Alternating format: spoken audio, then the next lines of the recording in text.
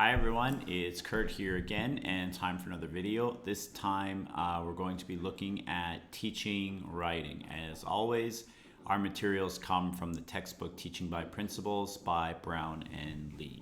All right, let's get going.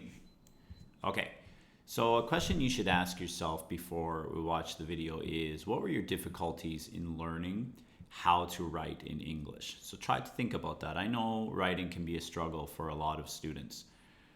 So try to think about that, because as a future teacher, obviously you're going to have to try to offer strategies for your own students on how they can become good writers. So maybe think about that before we go through some of the content.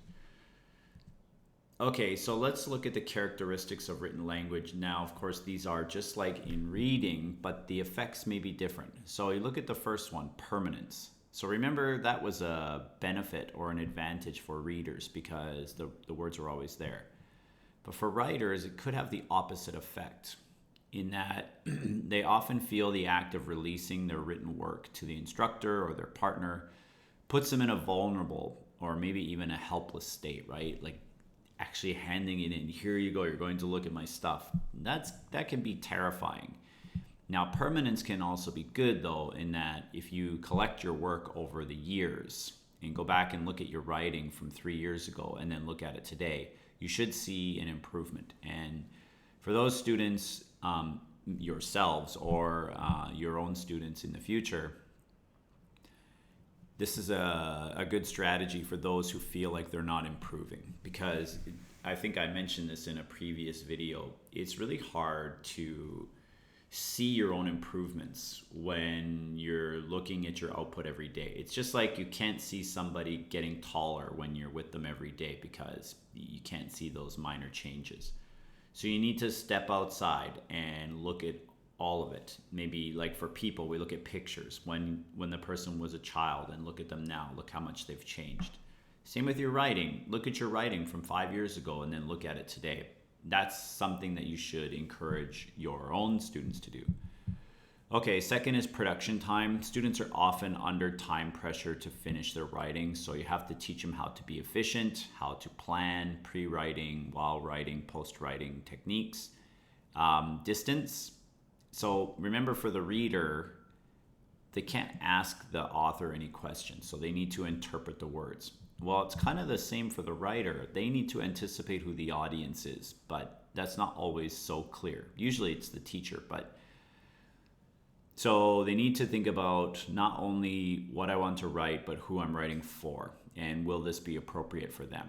Okay, there's orthography, which are the symbols, the letters of the alphabet. Complexity. Writers need to learn the discourse features of English or whatever language you're learning. Vocabulary. Writing places a heavier demand on vocabulary. You can't repeat the same words over and over again, right? You need to mix it up. You need to use synonyms and antonyms and such words. So it takes a little bit more time. Like when we speak, we can use the same words over and over again. And then for formality. Writing is typically more formal than speaking. Okay, so here are the micro skills for writing. You can take your time and read through those. And the macro skills. Okay, so there are a few of these.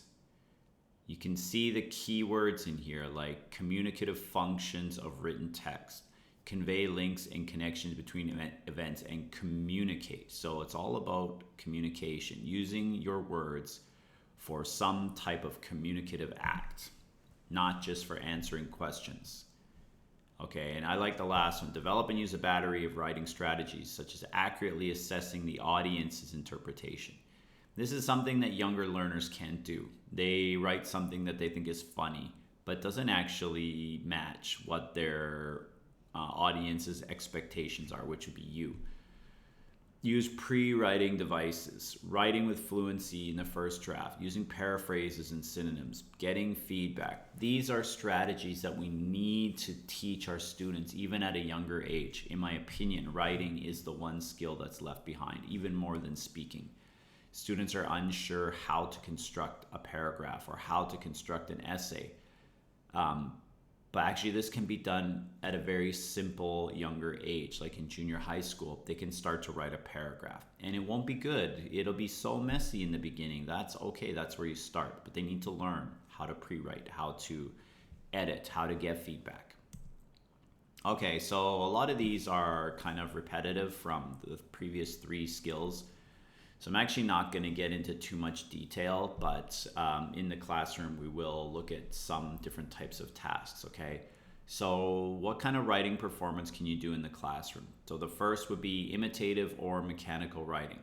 We have recognition techniques like writing down the letter of the alphabet, something like that. Copying, sound spelling practice, so listening and writing together, and dictation. Of course, dictation, as we already got in listening, I say a sentence or a paragraph or a couple words, and the students write them down. Okay, the next is intensive or controlled writing. So for example, you get an article or a paragraph and you need to change the tense. So really, this is our grammar portion, right, of teaching writing. And then we have something called dictocomp, where you can listen to a story and then rewrite it in your own words, or perhaps even read a story and then rewrite it in your own words. Okay, then we have self-writing. In this type, the student is the audience. So we have things like note-taking, journal or diaries, dialogue journal. A dialogue journal is when you write a journal article. These are really good. So I would recommend, if you want to improve your students' writing, you do this in class.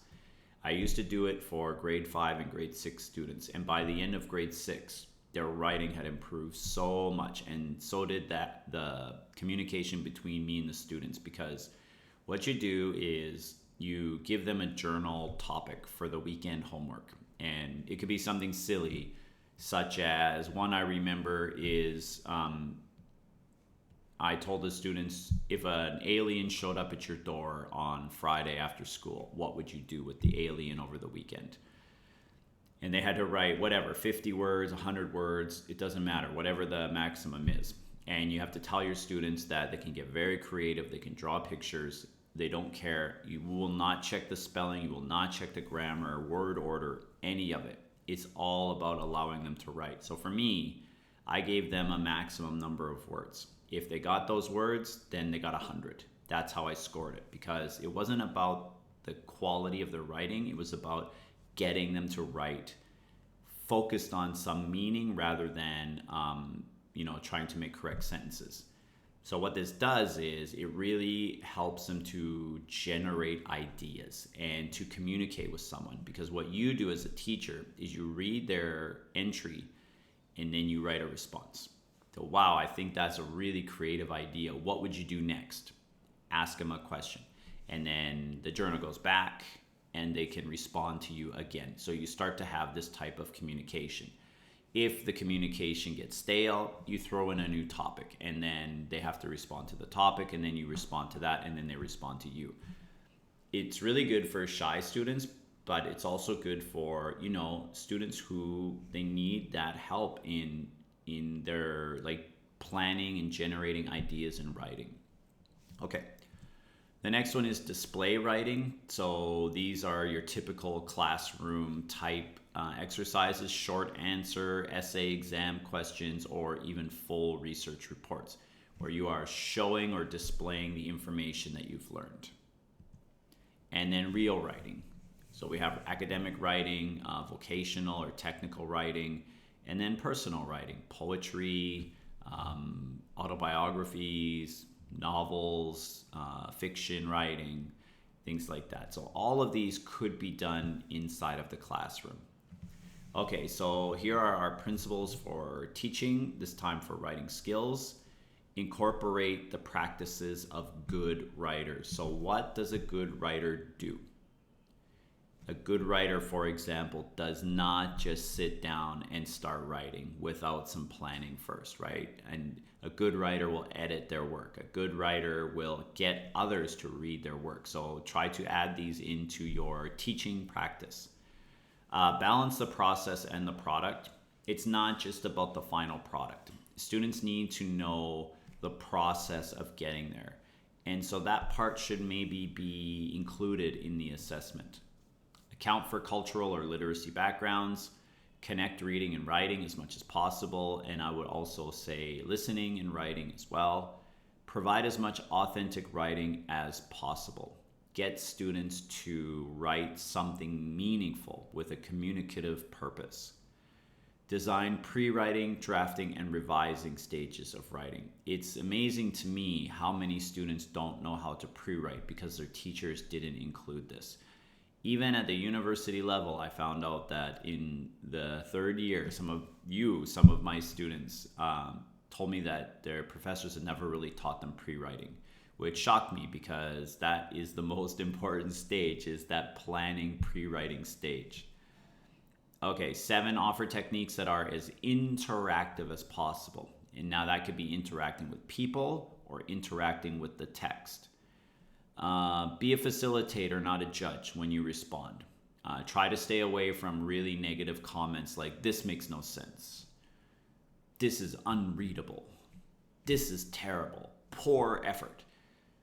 Even though you might feel that way, it's not really going to help them. So give them some real feedback and don't say things like you need to improve.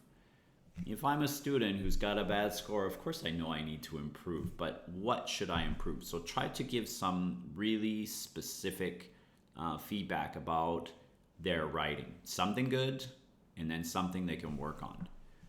And explain rhetorical formal conventions of writing. I'm not sure how, depending on what level you teach at, it depends if you will get to that higher level or not. Okay, so assessing writing.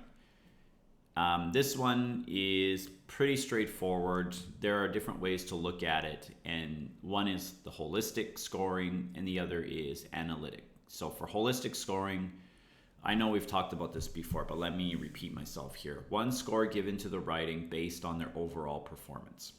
So as a teacher, you read the entire article, maybe you take some notes, you make some comments along the way, and then you give it a score. So why this is good is that it takes less time to read and score. And another thing for me, let's go down to the fourth point. It's easier to read an essay holistically because when you use a rubric, you're constantly thinking about the parts of the rubric so that you don't have to read the essay 3 or 4 times. In reality, if you use a rubric, you should read the whole essay once for meaning and then go back and read it again for grammar and structure. But that means you have to read every essay at least twice, because as soon as you start to focus on the grammar, it's really hard to focus on the meaning, the content. And so for me personally, when I use a rubric, I find myself stopping and going back because I lose my focus. I start focusing on the grammar mistakes, and then it's really hard for me to just enjoy the writing.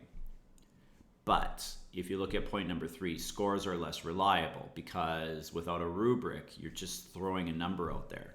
Now, the more experienced you are, like for me, I find that when I use a rubric or I do holistically, the scores are usually close. But you know, your scores can vary a lot with holistic because maybe you're having a bad day.